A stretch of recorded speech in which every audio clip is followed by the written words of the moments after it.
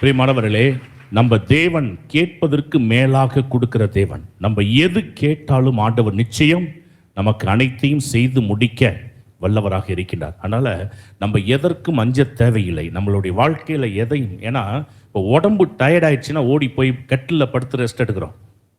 ஒரு மனுஷனுக்கு 2 விதமான டயர்ட்னஸ் இருக்குது. மனசு சோர்வும், உடம்பு சோர்ந்து போச்சுன்னா ஓடி போய் ரெஸ்ட் எடுத்தா உடம்பு நல்லாயிருது.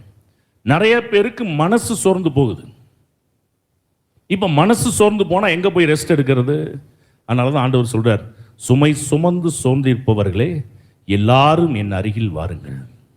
அப்போ எங்கே வந்தால் அதுக்கு ரெமடி அப்படின்னா, ஆண்டவர் பிரசனத்தில் உட்கார்ந்தால்தான் ஆண்டவர் நம்மை தொட்டு ஆசீர்வதித்து மிகப்பெரிய ஆசீர்வாதத்தை நமக்கு கொடுத்து கொண்டிருக்கின்றார். Praise the Lord. அப்போ மனசு தெம்பு அடையணும் அப்படின்னா எங்கே வரணும்? ஆண்டவர் பிரசனத்திற்கு வர வேண்டும். என்னுடைய லைஃப்பில் நடந்த ஒரு சம்பவத்தை நான் சொல்லுவேன். இன்றைக்கி நான் உங்கள் முன்னாடி ஒரு குருவாக நிற்கின்றேன். நான் தச்சிருக்கிற அங்கிலாம் நானே தைக்கிறது தான். நானே அங்கி தச்சுக்கிறது. நான் ஒரு டெய்லராக இருந்த என்னை ஆண்டவர் குருவாக உயர்த்தியிருக்கின்றார். ஏன்னா 10வது படிக்கணும், படிப்பை நிப்பாட்டிட்டு 3 வருஷம் அந்த தொழிலை கற்றுக்கொண்டு கடை வைத்திருந்தேன். அப்போல்லாம் சாமியாரான விருப்பம் கிடையாது. கடை வைத்து அப்போல்லாம் இந்த ரெடிமேடில் இந்த ப்ளவுஸ் இந்த மாதிரிலாம் 60 பாயிண்ட் 70 பாயிண்ட் 80 பாயிண்ட் அப்படின்னு சொல்லி இந்த ரெடிமேட் ப்ளவுசஸ்லாம் கடைகளில் சேல்ஸ் பண்ணுவாங்க அந்த காலகட்டத்தில். அப்போ மொத்தமாக பீஸ் ரேட்டில் துணியை மொத்தமாக ஜவுளி கடையில் கொடுத்துருவாங்க. அப்போ இத்தனை உருப்படி அடித்தோம்னா இவ்வளோ பைசா அப்படிங்கிற மாதிரி காலையில் ஒரு 3 ஆட்களை வச்சு வேலை வாங்கி கொண்டு இப்படியாக என்னுடைய காரியங்களை செய்து கொண்டு இருக்கிறப்ப திடீரென்று ஒரு நாள் குருவாக வேண்டும் என்ற விருப்பம் யாரை பார்த்தும் வரல. ஆண்டவரே உள்ளத்திற்குள்ளே பேசி நீ சாமியார் ஆகணும்னு எனக்குள்ள அந்த எண்ணம் வந்ததுக்கப்புறம் மத்தியானத்துக்குள்ளே 20 ப்ளவுஸ் தைப்பேன். ஆனால் எந்த எண்ணம் எப்போ ஆண்டவர் என் உள்ளத்தில் கொண்டு வந்தாரோ தச்சிக்கிட்டே இருப்பேன். என்னை அறியாமலே அப்படியே உட்காந்துருப்பேன். என்னடா அதுன்னு மற்றவங்க என்னை உழுக்குவாங்க. உழுக்குனது அதுக்கப்புறம் தான் அந்த உலகத்துக்கே வருவேன். என்ன நடக்குதுன்னு எனக்கே தெரில. என்னால் கான்சன்ட்ரேட் பண்ண முடியல, தைக்க முடியல. மீண்டும் என்னுடைய பங்கு தந்தை போய் அணுகி நான் ஃபாதர் ஆகணும்னு விரும்புகிறேன். அப்போ வீட்டில் பெற்றோர்கள் ஒத்துக்கிட்டாங்களா? இதை பற்றி நீ சொன்னியா? எதுவும் சொல்லலை. அப்போ நீ முதல்ல டெய்லி கோவிலுக்கு வா, ஆண்டவர் பிரசன்னத்தில் உட்கார்ந்து செவி, அதுக்கப்புறம் நான் சொல்கிறேன்னார். ஒவ்வொரு நாளும் ஆண்டவர் பூச முடியும் 1 மணி நேரம் ஆண்டவர் பிரசன்னத்தில் போய் உட்காந்து ஜெபிப்பேன். அப்போ குருவானவர் 1 வாரம் கழித்து சொன்னார், இதை உங்கள் வீட்டில் போய் சொல்லு அப்படின்னார். அப்போ நான் வீட்டில் போய் சொன்னப்போ வீட்டில் பெற்றோர் எதிர்ப்பு தெரிவிக்கின்றார்கள், நீ சாமியாரை போகக்கூடாதுன்னு சொல்லி. ஏன்னா உன்னை நம்பி மிஷின் வாங்கி போட்டாச்சு, கடை வச்சாச்சு, எல்லாம் இந்த தொழிலை உன்னை நம்பி ஆட்களுக்கு வேலை கொடுத்து எல்லாமே நல்லா போயிட்டுருக்குது, நீ சாமியார் ஆகக்கூடாது. அப்போ ஆண்டவர் பிரசன்னத்தில் நான் உட்கார்றேன். ஆண்டவரே, எங்கள் அப்பாவை முதல்ல மனசை மாற்றிட்டாக்கா அம்மா மாறிடுவாங்க, அதனால் நீங்கள் அதை செய்யுங்க ஆண்டவரேன்னு நான் ஜெபம் பண்ணுறேன். அதே வாரத்தில் ஒரு செவ்வாய்க்கிழமை, அது செபஸ்தியார் திருத்தலம். அப்பா எப்பொழுதுமே வெளியில் நிற்பார், கோவிலுக்கு வருவார், வெளியிலே நின்றுட்டு இப்படி போயிடுவார். அப்போ உபதேசியார் பூசிக்கு எடுத்து வச்சுக்கிட்டு இருக்கிறாரு. அது சாயங்காலம் நேரம். எங்கள் அப்பா மனசில் ஒரு எண்ணம், இது வரைக்கும் நம்ம வெளியிலே நின்றுட்டு போயிடுறோம், கோவிலுக்குள்ளே யாருமே இல்லை, நம்ம உள்ளே போய் ஜெபம் பண்ணிட்டு போகலாமேன்னு அந்த கிராதியில் முட்டி போடுறப்ப அந்த பாடுபட்ட சிலுவையில் ஆண்டவருடைய தலை இப்படி இருந்தது. இப்படியே அசைந்து மீண்டும் இப்படி விழுந்த காட்சியை என் தந்தை கண்கூடாக பார்க்கின்றார். Price the Lord. இதை பார்த்தவுடன் அவர் என் வீட்டில் நான் தச்சிக்கிட்டு இருக்கும்போது நேராக சொன்னார், நீ எந்த வாழ்க்கையை செலக்ட் பண்ணுறியோ உனக்கு நான் இடைஞ்சலாக இருக்க மாட்டேன், நீ செலக்ட் பண்ண வாழ்க்கையை நீ தேர்ந்தெடுத்துக்க, நீ அதை செலக்ட் பண்ணியிருக்கிற, உனக்கு தடையாக நான் நிற்க மாட்டேன் என்று சொன்னார். அப்போ 10th முடிச்சுட்டு வரணும்னாங்க. 10th 300 மார்க்குக்கு மேலே இருந்தால் தான் செமினரியில் சேரலாம் அப்படின்னு ஒரு ரூல்.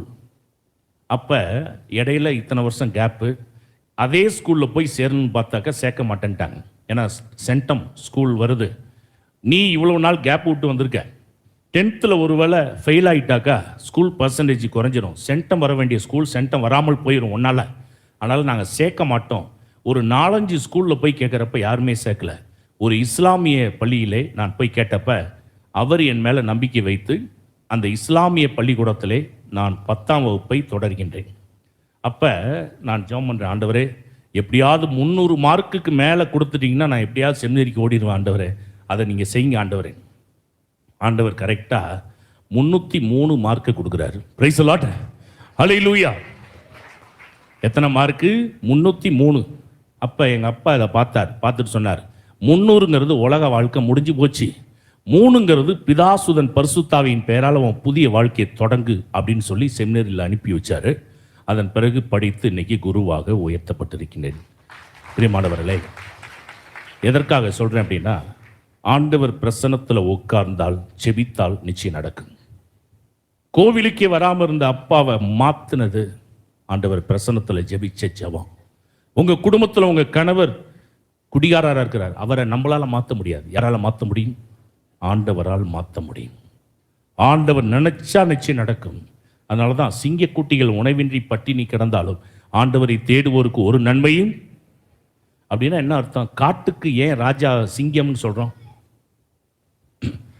காட்டுக்கு ராஜா எது? சிங்கம். ஏன்? இறை தேடி போகாத ஒரு மிருகம் எது அப்படின்னா சிங்கம் தான். மற்ற மிருகங்கள் எல்லாம் காட்டில் இறை தேடி அலையும், ஆனால் சிங்கம் மட்டும் குகையில் இருக்கும். பசி எடுக்கிறப்ப வெளியில் வந்து ஒரு கர்ஜனை செய்யும். அந்த சத்தத்தை கேட்டுட்டு அங்கங்கே இருக்கிற மிருகம் குறுக்குன்னு எடுக்கும், ஓடும். தனக்கென்று ஒரு மிருகத்தை வேட்டையாடி விட்டு மீண்டும் உட்கார்ந்துரும். எல்லா நேரத்திலையும் அந்த சிங்கத்துக்கு உணவு கிடைக்காம போகலாம், ஏன்னா எல்லா மிருகங்களும் பக்கத்திலே இருக்கும் என்று சொல்ல முடியாது. ஒரு சில சமயம் தூரமாக இருக்கும். அப்படியாப்பட்ட நேரத்தில் அந்த சிங்கமே பட்டினி கிடக்க நேர்ந்து விடும். ஆனால் ஆண்டவர் பிரசன்னத்தில் உட்கார்றவங்க தன் வாழ்க்கையில் எதையுமே மிஸ் பண்ண மாட்டார்கள். கரங்களை தட்டி ஆண்டவர் நடி சொல்லுவோம். Praise the Lord. ஒரு சிங்கம் கூட உணவை மிஸ் பண்ணிடலாம், ஆனால் ஆண்டவர் பிரசன்னத்தில் உட்கார்ந்துருக்கிறவங்க எதையுமே மிஸ் பண்ண மாட்டாங்க வாழ்க்கையில். அதுதான் ஆண்டவர் நமக்கு சொல்லி கொடுக்கிற பாடம். இன்னைக்கு ஆண்டவர் அப்படிப்பட்ட ஒரு ஆசீர்வாதத்தை நமக்கு கொடுக்க காத்து கொண்டு இருக்கின்றார். பிரியமானவர்களே, நான் ஊட்டி மறை மாவட்டத்தில் கூடலூர் அப்படின்னு ஒரு பங்குல ஜெபக்கூட்டம் நடத்த போயிருந்தேன். அங்கே யானைகள் நடமாட்டம் அதிகம். பகலில் ப்ரேயர், சாயங்காலம் ஒரு 3 மணிக்கு போலலாம் முடிச்சிருவோம். 5 மணிக்கெல்லாம் ரோட்டில் பார்த்தா நடமாட்டம் குறைஞ்சிரும், கொஞ்சம் கொஞ்சமாக குறையும். ஏன்னா யானைகள் ஊருக்குள்ளே நடமாடும். 3 நாட்கள் அந்த இடத்துல ஜெபக்கூட்டத்தை நடத்த போயிருந்தப்ப நான் 91வது சங்கீதத்தை பிரிண்ட் பண்ணி இந்த மக்களுக்கு நான் கொடுத்து சொன்னேன், உங்களுக்கு மனுஷனால் வரக்கூடிய ஆபத்தை விட யானையினால் அதிக ஆபத்து இருக்குது. அதனால் அந்த ஜெபத்தை எங்கே போனாலும் சொல்லிட்டு போங்க வாங்க அப்படின்னு சொல்லி அந்த 91வது சங்கீதம் எல்லாருக்குமே தெரியும். உன்னதரின் பாதுகாப்பில் வாழ்பவர் எல்லாம் வல்லவர் நிலையில் தங்கின்னு ஆரம்பிக்கிற ஜெபம். இதை டெய்லி சொல்லிட்டு போங்கன்னு சொல்லி கொடுத்தாச்சு. ஒரு 3 மாதம் கழித்து மீண்டும் அந்த பங்குக்கு என்னை கூப்பிட்றாங்க, ப்ரே நடத்த வாங்க அப்படின்னு. அப்போ அங்கே போகிறப்ப அந்த ஜனங்களை பார்த்து கேட்டேன், லாஸ்ட் டைம் வந்தப்போ உங்களுக்கெல்லாம் அந்த ஜெபம் கொடுத்துட்டு போனேன், எத்தனை பேர் ஜெபத்தை சொன்னீங்க, என்ன அற்புதம் நடந்துச்சு? நிறைய பேர் வந்து சாட்சி சொன்னாங்க. அதில் ஒரு ஆட்டோ டிரைவர் ஒரு சாட்சி சொன்னார். என்ன அப்படின்னா, ஃபாதர், நீங்கள் கொடுத்த ஜெபத்தை என் ஆட்டோவில் முன்னாடி ஒட்டி வச்சுருக்கேன். ஆட்டோவை ஸ்டார்ட் பண்ணுறதுக்கு முன்னாடி அந்த ஜெபத்தை சொல்லுவேன். எப்பப்பெல்லாம் நேரம் கிடைக்குதோ அப்போல்லாம் சொல்லுவேன். ஒரு 2 இந்து சகோதரர்கள் ஆட்டோவில் ஏறினாங்க. இந்த இடத்துக்கு பட்ட பகல். அப்போ போகும் பொழுது எதுக்கு ஒரு யானை வந்து நிற்குது பட்ட பகலில். ஏன்னா யானையை ஒதுக்கிக்கிட்டு ஆட்டோ போக முடியாது, ஏன்னா அந்த குறுகிய ரோடு, அந்த யானை ரோட்டை அடைச்சிக்கிட்டு நிற்குது, எப்படி போகிறது? அப்போ இவர் பின்னாடி உட்கார்ந்து இந்த 2 பேர் இறங்கி ஓடிடலான்னு ட்ரை பண்ணுறப்ப இவர் சொல்லியிருக்காரு, இறங்குனீங்கன்னா யானைகிட்ட மாட்டிருக்கீங்க, உள்ளே உட்காருங்கன்னு சொல்லிட்டு இந்த ஜெபத்தை அவர் சொல்ல ஆரம்பிச்சிருக்கிறார். உன்னதரின் பாதுகாப்பில் வாழ்பவர் எல்லாம் வல்லவரின் நிழலில் தங்கின்னு Psalm 91 அதை வந்து ரீட் பண்ண ஆரம்பிக்கிறாரு. அந்த ஜெபத்தை சொல்லி முடிக்கிறதுக்குள்ள நின்றுகிட்டு இருந்த கிட்டத்தில் வந்த யானை திரும்பி போக ஆரம்பித்து விடுகின்றது. கரங்களை தட்டி ஆண்டவர் நடி சொல்லும். Price the Lord. யானை போறதை பார்த்தோன்னா பின்னாடி உட்கார்ந்து இந்த 2 பேர் கேட்டிருக்காங்க, ஏங்க ஒரு யானையே ரிட்டர்னில் போகுதே, அது என்ன ஜெபம்? எங்களுக்கு கொஞ்சம் ஜெராக்ஸ் போட்டு கொடுங்க அப்படின்னு. இவருக்கு இவ்வளோ பெரிய சந்தோஷம். அவங்கவுங்க பேய் ஓட்டுறாங்க, நம்ம இவ்வளோ பெரிய யானை ஓட்டிட்டோமே அப்படின்னு சொல்லி தேங்க் காட் அப்படின்னு சொல்லி கண்ணை முழிச்சு பார்த்தா போன யானை இன்னொரு யானை கூப்பிட்டுட்டு வருது. எப்படி இருக்கும்? Price the Lord. சிங்கிளா வந்தது டபுளாக வருது. இப்போ பின்னாடி இருக்கிற ஆட்கள் கேட்டிருக்காங்க, ஏங்க இப்போ யானை போகிறதுக்கு ஜெபம் சொன்னீங்களா இல்லை எக்ஸ்ட்ரா அழைச்சிட்டு வர்றது சொன்னீங்களா அப்படின்னா இவரே கன்ஃபியூஸ் ஆகி இவர் மறுபடி அந்த ஜெபத்தை ஆரம்பிச்சிருக்கிறார். உன்னதரின் பாதுகாப்பில் வாழ்பவர் எல்லாம் வல்லவர் நிலையிலும் தங்கி. அதில் வசனம் வரும், உன் வலது பக்கத்தில் 1000 விழுந்தாலும் அப்படின்னு அதை சொல்லிட்டு பார்த்தா முன்னாடி நின்ன யானை சைடில் வலது பக்கத்தில் வந்து நிற்குது. எப்படி இருக்கும்? இடது பக்கத்தில் 10,000 விழுந்தாலும் இன்னொரு யானை இந்த சைடில் வந்து நிற்குது. இவர் நெஞ்சில் கையை வச்சுக்கிட்டு உயிரை பணைய வச்சு சொல்கிற மாதிரி அந்த ஜெபத்தை சொல்லி முடிக்கிறதுக்குள்ள 2 சைட்லையும் நின்ன யானை இந்த ஆட்டோவையும் தொந்தரவு பண்ணலை, உள்ளே இருக்கிற யாரையும் எதுவும் பண்ணலை. ரெண்டும் அதனுடைய போக்கிலே போக இவர்களை ஆண்டவர் பாதுகாப்பாக வழி நடத்துகின்றார். கரங்களை தட்டி ஆண்டவர் நன்றி சொல்லுவோம். Praise the Lord. அல்லேலூயா. பிரியமானவர்களே, ஆகவே இந்த ஒவ்வொரு பைபிளில் இருக்கிற வார்த்தைகளை நம்ம சிந்திக்க ஆரம்பித்து அதை பக்தியாக ஜபிக்க ஆரம்பித்தாலே நம்ம வாழ்க்கையில் ஆண்டவர் அற்புதத்தை செய்வார், அற்புதங்களை செய்வார்.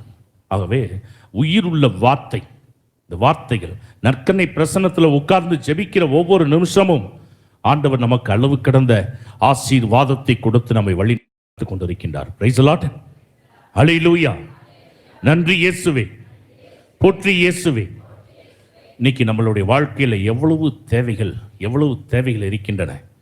பிரியமானவர்களே, இன்று நம்மை வாழ வைக்க இந்த நற்கருணையிலே என்றும் வாழ்ந்து கொண்டிருக்கின்ற தேவன், இந்த நற்கருணையில் இருக்கின்ற தேவன். ஆகவே நம்மளுடைய வாழ்க்கை ஆசீர்வாதமாக மாற அவருடைய பிரசன்னத்தை தேடி வந்தால் நமக்கு எல்லாமே நன்மையாக மாறும். ஆகவே இந்த ஒரு சிந்தனையை இந்த நாளிலே மனதிலே வைப்போம். ஆண்டவர் பைபிளில் ஒரு காரியத்தை சொல்லுவார். தொடக்க நூல் 2:18 வாசிங்க. பின்பு ஆண்டவராகிய கடவுள், மனிதன் தனிமையாய் இருப்பது நல்லதன்று, அவனுக்கு தகுந்த துணையை உருவாக்குவேன் என்றார். இப்ப நல்லா கவனிச்சு பாருங்க. ஆண்டவர் சொல்றாரு, மனிதன் தனிமையா இருக்கிறதுக்கு தனியா இருக்கிறதுக்கு என்ன வித்தியாசம் சொல்லுங்க. மனிதன் தனிமையாக இருப்பது நல்லதில்லைன்னு பைபிள் சொல்லுதா, இல்லை தனியாக இருக்கிறது நல்லதில்லைன்னு சொல்லுதா? தனிமையாக இருப்பது நல்லது. இப்போ தனியாக இருக்கிறதுக்கும் தனிமையாக இருக்கிறதுக்கும் என்ன வித்தியாசம்? இப்போ நான் இங்கே தனியாக நின்று கொண்டு பிரசங்கம் பண்ணுகின்றேன். தனியாக இருப்பது தவறல்ல. சிஸ்டர்ஸ்லாம் எல்லாம் தனியாக தான் இருக்கிறாங்க, ஃபாதர்ஸ் எல்லாம் தனியாக தான் இருக்கிறாங்க. தனியாக இருப்பது பிரச்சனை அல்ல, ஆனால் தனிமையாக இருப்பது நல்லதல்ல. அப்போ தனியாக இருக்கிறதுனா தனியாக நிற்கிறோம். தனிமை என்றால் என்ன அர்த்தம்? எல்லாரும் இருந்தும் எனக்கு யாருமே இல்லை அப்படிங்கிற ஒரு உணர்வு ஒரு மனுஷனுக்குள்ளே வருது பாருங்க. அதுதான் இருக்கக்கூடாதுங்கிறத ஆண்டவர் தெளிவுபடுத்துகின்றான். நமக்கு எல்லாருக்குமே ஒரு உணர்வு இருக்கணும். என்ன அப்படின்னா, உலகம் முடிகிற வரைக்கும் என்னால் உன் கூட இருக்கிறேன்னு சொன்ன அந்த ஆண்டவர் என் கூட இருக்கிறார், இந்த இதயத்தில் ஆட்சி செய்கின்றார் என்ற ஒரு உணர்வு இருந்துச்சுன்னா நம்ம எப்பொழுதுமே சந்தோஷமா இருப்போம். Praise the Lord. ஹல்லேலூயா. அப்ப இந்த உணர்வு இருக்கணும். இந்த இதயத்திலே பகை இருக்கக்கூடாது, அன்பு இருக்க வேண்டும், பாசம் இருக்க வேண்டும், பகிர்வு இருக்க வேண்டும். கடைசியா ஒரு காரியத்தை நான் சொல்லி நான் நிறைவு செய்கின்றேன். தொடக்க நூல் 9:4 வாசிங்களேன். இறைச்சியை அதன் உயிராகிய இரத்தத்தோடு உண்ணாதீர்கள். எந்த ஒரு கறியை சாப்பிட்டாலும் ரத்தத்தோடு சேர்த்து சாப்பிடாத அப்படின்னு பைபிள் சொல்லுது பழைய ஏற்பாட்டில். அது சிக்கனாக இருக்கட்டும், மட்டனாக இருக்கட்டும், எது சாப்பிட்டாலும் எதோட சேர்த்து சாப்பிடாத, இரத்தத்தோடு சேர்த்து சாப்பிடாத. அப்படி சாப்பிட்டீங்கன்னா அதனுடைய சுபாவம் உனக்குள் வந்துவிடும் என்று வேதம் சொல்லுகின்றது. அதை அப்படி சாப்பிட்டோம்னா எதனுடைய சுபாவம், எந்த இறைச்சியை இப்போ ஆட்டு இறைச்சி சாப்பிட்றோம்னா ரத்தத்தோடு சேர்த்து சாப்பிட்டா அதனுடைய சுபாவம் நமக்குள் வந்துவிடும்.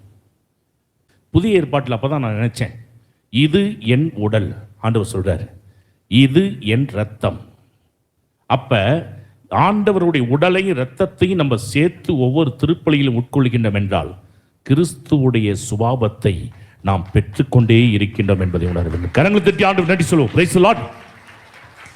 அப்போ ஒவ்வொரு திருப்பலியிலும் இயேசுவை திருவுடலை இரத்தத்தையும் வாங்கி சாப்பிட்றோம்னா கிறிஸ்துவிடம் இருந்த அன்பு நமக்குள்ள வருது. எவ்வளவு நமக்கு எதிராக யார் எந்த காரியத்தை செஞ்சாலும் கிறிஸ்துவிடம் மன்னிக்கக்கூடிய மனப்பான்மை அது நமக்குள்ள வருது. எவ்வளவு பிரச்சனைகள் வந்தாலும் பொறுமையோடு சகித்துக் கொள்ளக்கூடிய அந்த தன்மை, இயேசுகிட்ட இருந்த தன்மை நமக்குள்ள வருது. அப்ப நம்மளை அறியாமலே கிறிஸ்துவை போல கிறிஸ்தவர்கள் என்ற பெயரை மட்டுமல்ல, கிறிஸ்துவுடைய சுபாவத்தையும் நாம் தாங்கி உண்மை கிறிஸ்துவை பிரதிபலிக்கக்கூடியவர்களாக நாம் மாறிக்கொண்டிருக்கின்றோம்.